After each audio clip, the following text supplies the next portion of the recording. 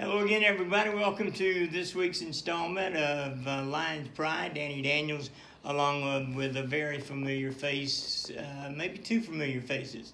TJ Rosene, the head basketball coach here at Emmanuel, and Emerson McClung, one of the top players on this year's team. I understand you were out of town recently. Good trip? Yeah, it was a good trip. Went down to, up to Indiana. A little bit chilly up there, but got the opportunity to compete for a championship up there. And, of course, we won it, and that's your third. Anything special about this one, or are they all big deals for you? I know they are. Yeah, no, I mean, they're all a big deal. I mean, I think probably what was the most special about this one was the adversity we had to overcome. You know, it was just, when we won it Emerson's freshman year, man, we were just rolling. Just felt like all year long. You know, we had adversity. Every year has adversity. But this year just definitely had, like, peaks and valleys and just a real roller coaster of, like, gosh, I don't know if we're going to win another game to, oh, my gosh, we might win a national championship, you know. So I think fighting through that adversity, the toughness that it took to get through that, I think made it really special.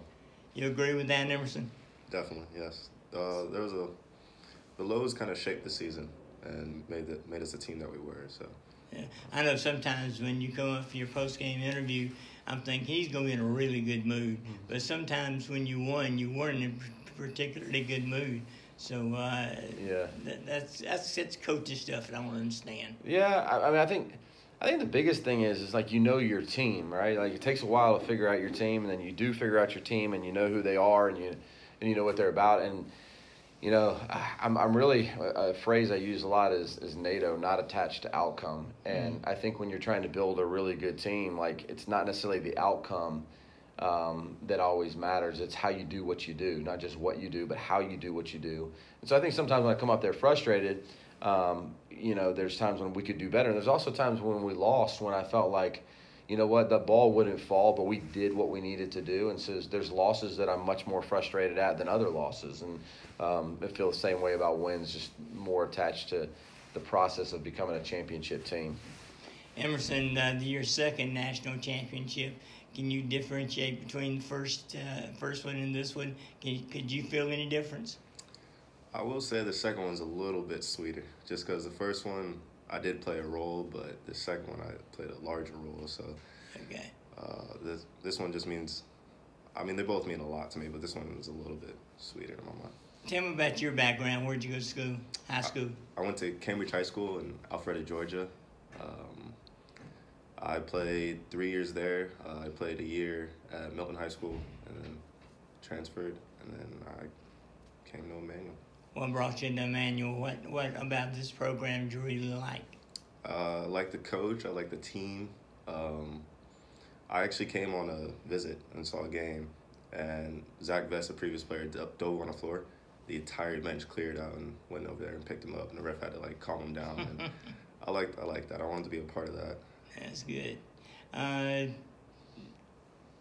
Was the enthusiasm maybe a little better on this team than in past teams for you?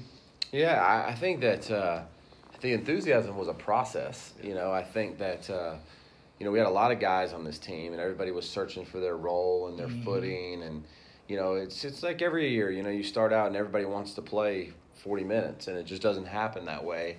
And so you try and teach a lot of lessons, and the older guys try and teach the younger guys a lot of lessons about what it means to sacrifice. And Emerson's a great, example of that, he averaged about 11 points a game and rebounds, but he's our number one defender, and he could be more of a scorer, but he sacrifices for this team. But he draws 32 minutes of the best player on the other team, and really a glue factor for us in everything that we do, and getting guys to all kind of like, and Emerson had been through that. He kind of got over that his freshman year, and then the sophomore year he was great at it. So he just was willing to do whatever it took to win. But that's not true of everybody on the team. You have to build that, and and I think we had to build that level of enthusiasm too by getting everybody into their role and buying into their role, which is never an easy process. But there's no doubt that there was times this year where adversity bonded these guys, and the enthusiasm really picked up because they had to get through some hard times together. One of your better teams, you taking everything into consideration? We had we had a lot of like ups and downs, like health wise, and people, Emerson battled the ankle, and Elijah broke his foot in the first game. We didn't get Kendrick back until the 10th game. We battle a lot of things. But at the end of the day, when we got down to that tournament, in the national tournament, we were a really good basketball team. We won like 11 out of our last 12, and like 16 out of 19 or something like after Christmas. We were. So in the beginning of the year, no, not one of the better teams that we've ever been a part of. But the second half of the season, specifically down the stretch when it counted the most, we were really good. I don't know that we've ever played a better half of basketball than we played in the first half of the national championship game, up 28 at halftime. We were shooting 70-something% from the field, but we were also smothering on the defensive end, and we were really good defensively down the stretch in those last 3 games as well. So was the season where we were one of the best teams we ever had? Of course, probably not. When we got down the stretch, was this one of the best teams? Absolutely. Defensively, Emerson, you enjoy playing defense? I would guess you kind of like to play defense to be a good defensive player. I enjoy the challenge. So I like just the opportunity to be able to shut down someone else's play, or at least keep them below their average. It's just fun to me. Just make sure they don't have as good a game as they could. Don't let them get off too much. Coach, was there any time during the season you felt like this might be something special? Well, I know early on I felt like it might not be something special. Before I felt like it might be something special. We were just up so much adversity, but I think I've been doing it long enough to know that, like, you just got to keep fighting, like our culture wasn't exactly what we wanted. Our toughness wasn't exactly what we wanted. But I also knew we weren't going to quit fighting for it. And our, guys that had experience down the stretch, like Elijah and Kendrick and Emerson and AG and Jack, like I knew those guys were going to keep fighting for it, to get new guys and the guys to get to that place. But it was an uphill battle, and I think that was frustrating a lot of times, like how do we get to that place that we continue? But I did know after we lost to Belmont Abbey, and I shared this earlier, but we gave up like 116 points, like 116, 108 or something like that was the score of the game. And we had given up, at that point, we had given up 5 100-point games. And the previous 8 years, we'd only given up 1, and I think it was an overtime game where we had done that. And so I knew right then and there, like that was a crucial spot for this team, because we came back off break, working on defense, and and then for whatever reason, we let our guard down, that game. And then I thought, this is going to be crucial how we respond. And the next 2 games, those 2 teams added up together didn't equal 116. We held them to like 56 and 57 points in back-to-back games. We responded to, every year has one of those, challenges, and that was definitely a couple days of challenge. And when we responded with those back-to-back games, I thought, okay, we might have a chance now. That's the first time I became a believer, and like we may be getting over the hump here. All right, one of the best things about this team, other than the national championship, you got a young basketball team. A lot coming back next year too. Yeah, no doubt. I mean, I think, people dismiss sometimes like glue guys and character guys, and people off that 2016 national championship team. We lost a lot of guys that didn't play a ton, but we lost a ton of character. We lost Austin Farrow, who was the spiritual leader on the team, and Willie, who was a spiritual and effort leader on the team, and Clint, who was just like a down and dirty, like work hard every day type of guy. And who else did we lose off that team? Steve-O, obviously, but he was our leading scorer, but he only averaged like 11 a game, and he's overseas playing pro now. And but we lost, those guys were like heart and soul guys. And they were really big. So we do it every year. You lose some different components, and you have to figure that out. So, Elijah, obviously, I mean, he was ridiculous in the tournament. I mean, he just don't get in his way. He was looking to dunk on somebody, and then he would step out and make big threes, and he was playing so good down the stretch. And Sam, a huge character effort guy for us, and Tab, same thing, that we're losing, and Kurt. Emotionally, he was really good down the stretch too and helping us lead. So we're going to miss different things. It's putting that team back together. But the good news is we do have those guys. You're talking about those younger guys that have been through those battles, and some of them got 2 rings now, so they know what it takes. And so definitely hopeful that those guys will start off just leading, well in recruiting. I feel like one of the things we're signing right now is character, so I feel really good about that too. Going back 4 or 5 years to the trip I made with you out to Kansas City during the NAIA game days, I remember that game, and we talked about it. It looked nothing like the Emmanuel team we saw all season. Obviously, that's not the case this year. Yeah. Talking about the national championship game, right? Yeah, that was tough. I mean, the NAIA national tournament, it's what's like 5 or 6 games in 7 days, right? You're playing, and I think we just didn't show up quite like that team we had, but that happens. And I think it was a stark, almost drastic opposite of what happened in that game. Like, we showed up like a team that there was no way you were going to beat us, and it's a pretty surreal feeling to look up there and the clock's ticking and you're up. You're 18, and there's 5 minutes to go in the half, then you're up 20, then you're up 21, then you're up 20. You're like, what in the world is going on here, And Nate Williams came in and went 3, 6, 9, 12, took a play off, and then went 15, you know what I mean? Like, he was, and then we were, like I said, smothering on the defensive end. It was just like, I honestly, I love watching, the national tournament. I like Villanova plays both ends of the floor really well, and, the teams left really played the floor, both ends of the floor well, but our guys were just playing both ends of the floor. We were taking good shots, and we were defending our tail off, and we loved each other. If you got a team that loves each other, plays hard on the defensive end, takes good shots, you're going to have a chance in a lot of games. We're talking to TJ Rosene, head basketball coach and coach of the year again. We'll talk about that in a minute, along with Emerson McClung, one of the top players from this year's team. Emerson, were you nervous going into that last game? Yes. More so than when you were a freshman? Yes, because I was a piece of the team my freshman year, but this year I felt like it was more like my team. Like, I was a larger piece of this team. So I knew if I didn't perform well, then it would hurt them even more than it did my freshman year. And it brought some nerves. It definitely did. I bet it did. Were you nervous?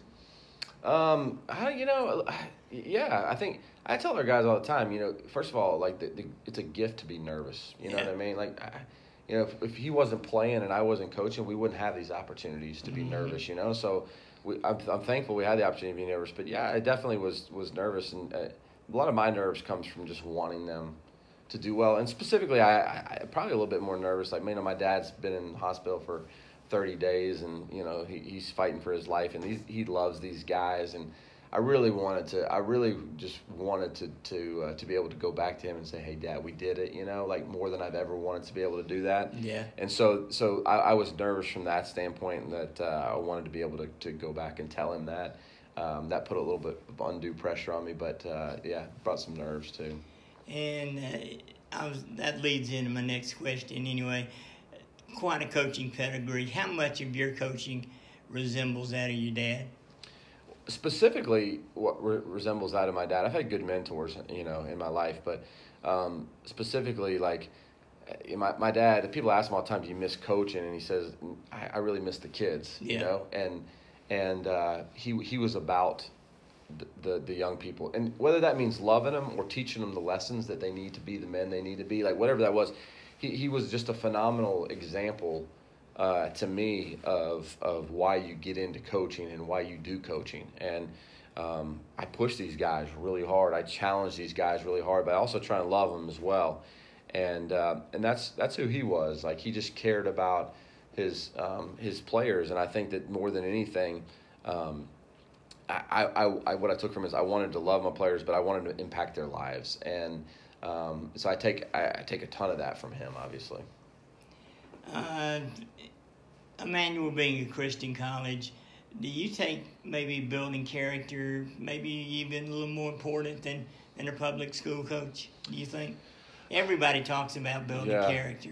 Well, I think the difference is being at a Christian college, right? It gives you a platform where you're able to speak about things that are near and dear to you. Yeah. I think it gives you that opportunity with a little bit more freedom to be able to do that. But I also know a ton of coaches that are in public school settings that do a phenomenal job of it. What it's played personally to me is the people here at Emmanuel. I tell our players this all the time, your life is going to be pretty, close to a direct reflection of the people you're around. Yeah. And when you're here at Emmanuel, you're around amazing people. And so that really care and want people to do well and want them to grow spiritually, physically, mentally, and all that kind of stuff. So I think that when you're at a place like this, it challenges you to do that more. Now, my hope is that whatever setting I go into life, that's who I would be, But I don't know that I would have ever come into that had I not been around the people here at Emmanuel, had they not been around all the good people here at Emmanuel. But I can't speak for other programs, but I know we got an unbelievable group of guys that meets the highest standard of what you could expect or what you could challenge a young person to be. Emerson, is Emmanuel like you thought it was going to be as far as student-wise, athletic-wise? I believe so, because I was introduced to Emmanuel of people being high character, team always going hard but loving each other. What I didn't expect is the teacher side of it. Teachers have been extremely helpful and just helped me catch up and really just anything I need. I didn't really expect that part of it. You like small classes? I do. I love it. Yeah. I went to a small college too, like 1,200 students. But it's like you never left high school. Yeah. I like that. Yeah. I think the biggest thing, there's two sides to it, right? Everybody knows your business, especially when you're in a high-profile sport and doing everybody. But on the flip side of it, you walk into the cafeteria and you see a lot of familiar faces and you build a lot of meaningful relationships versus, just vast, I see this person once a week. You get opportunity to build a lot of meaningful relationships. Like you said, like the faculty, the staff, the administration, it's always good when you're part of a team to everybody be pulling in the same direction. And that's what happens at Emmanuel. We're all, I'm pulling for for Emerson. The teachers are pulling for Emerson. The fans are pulling for Emerson. The administration is pulling for Emerson. And so I think when everybody's pulling in the same direction, that's a special feeling, and Emmanuel has that. And I think a lot of big schools, some of the faculty maybe want to downsize athletics because they take maybe too much time away from these kids. But you got to have a balance, don't you? Yeah. Like you said, his teachers are all helping him catch up. They understand, and it's good for Emmanuel. We go win in championship, and it's good for these guys. Just that life balance. I was a college athlete, and just to being able to, even if it's not athletics, whether it's in singers or acting or whatever, just to have some balance to their life, to academics, to athletically, to spiritually. We all want to create well-rounded people, and I think if you cut athletics out of that, you don't do that, and you take away something really special from a campus. I'm thankful our school embraces that. Third Coach of the Year honor for you. Got to be special. Yeah, it's for sure it's special, but like I've said before, when you get Coach of the Year and we have All-Americans and we hang a banner and y'all do that those are just like byproducts of a good product. Mm-hmm. And you don't create a good product without a lot of people pouring into that. So, Graham and Micah and all of these guys and our administration, everybody plays a piece in building a good program. And, I have to take some of the heat when things don't go well, but you also sometimes get rewarded with things like that. But again, it's a byproduct of a good product where people, it takes one thing to not make that happen. If Emerson doesn't buy into being a great defender, that doesn't happen. If so-and-so doesn't buy in their role, it doesn't happen. If so-and-so, so all of those things that go into that, I'm very highly aware of. We were just one step or one sacrifice away if somebody didn't want to make that I don't get that. So I'm very aware of its place, that it's a result of a lot of people. Very little coach turnover here. We talked to Mike Bonner, the women's coach, 3 or 4 weeks ago. He's been here 38 years. What keeps you at Emmanuel? Yeah, I think that I love the community. I think that the people here, the mission of the college, what we're trying to do, aligns with everything that I'm doing in coaching. I want to build special young men, and I want to take them to do special things and have that opportunity. And, I often get that question, what about this or what about that? Yeah. And, I don't know what God has for me, but at the end of the day, I know that I'm going to have 15 young men that I got a chance to impact their lives and to do life with. And honestly, I think I got the best 15 in the country to be able to do life with. So I don't see necessarily why things would be better in any other platform. I know Emmanuel's been just amazing to my family, and when you're in a good situation and with good people, and then it's a really hard thing to walk away from.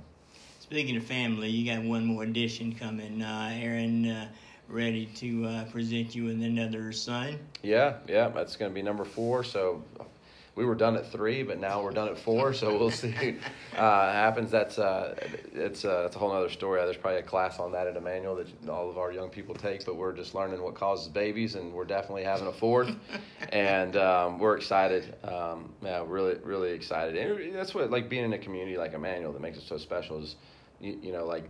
My son looks up to these guys. He comes to the tournament and watches these guys, Right. and to be around really good people. And so, you know, knowing we're welcoming a young person into a really good environment is really awesome.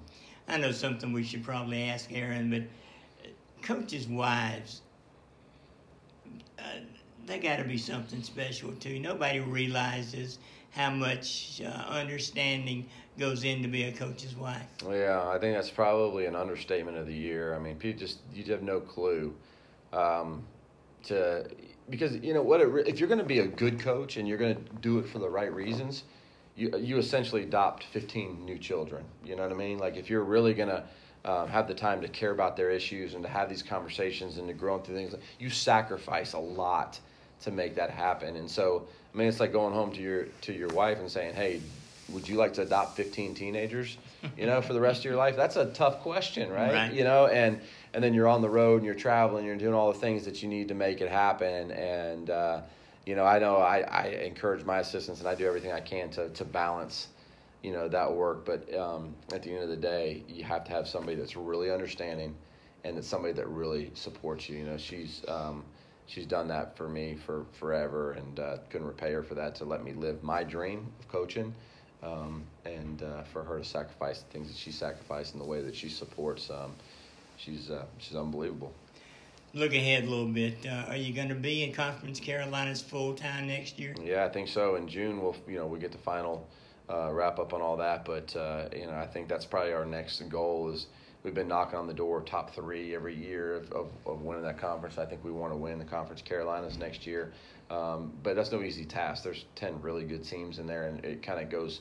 It's not like just a powerhouse. Like, some teams stay, but there's different teams. Like Lee's McRae winning it this year, and so every year there's a lot of adversity you have to overcome. But we got winners, and we got guys that know how to do it, and we step in as full members next year. We look forward to chasing that down next. Emerson playing at Alpharetta. When you got recruited by Emmanuel, I know you got a lot of, where are you going? Is that changing a little bit now? I still get the, where is your school located? I still get that question a lot, but people definitely know Emmanuel, or really Coach Rosene's name, a lot more. They might know his name more than they know the school, honestly. And they just know that it's a good program with him, and everything else you just kind of have to explain to him. How much is winning helping recruiting? I think it helps a lot. You know, I think we're currently recruiting, I don't even know if we're allowed to talk about that, but his sister's boyfriend, we're recruiting her, so it helps to, we're I don't know how he feels about that. We won't have that conversation on air. But I think it helps. I think it helps to win. But I also think we recruit a unique type of player. So I think that at the end of the day, like, there's certain special characteristics we're looking for in players. And I think at the end of the day, what they see us doing, and it resonates with who they are as a person, the type of player we recruit. And so I think that niche is pretty special. Man, congratulations on a 3rd national championship, 3rd Coach of the Year award. Emerson, congratulations on another big year, and let's have some more fun next time. Let's do it. We're looking forward to it. All right. We'll see you next time.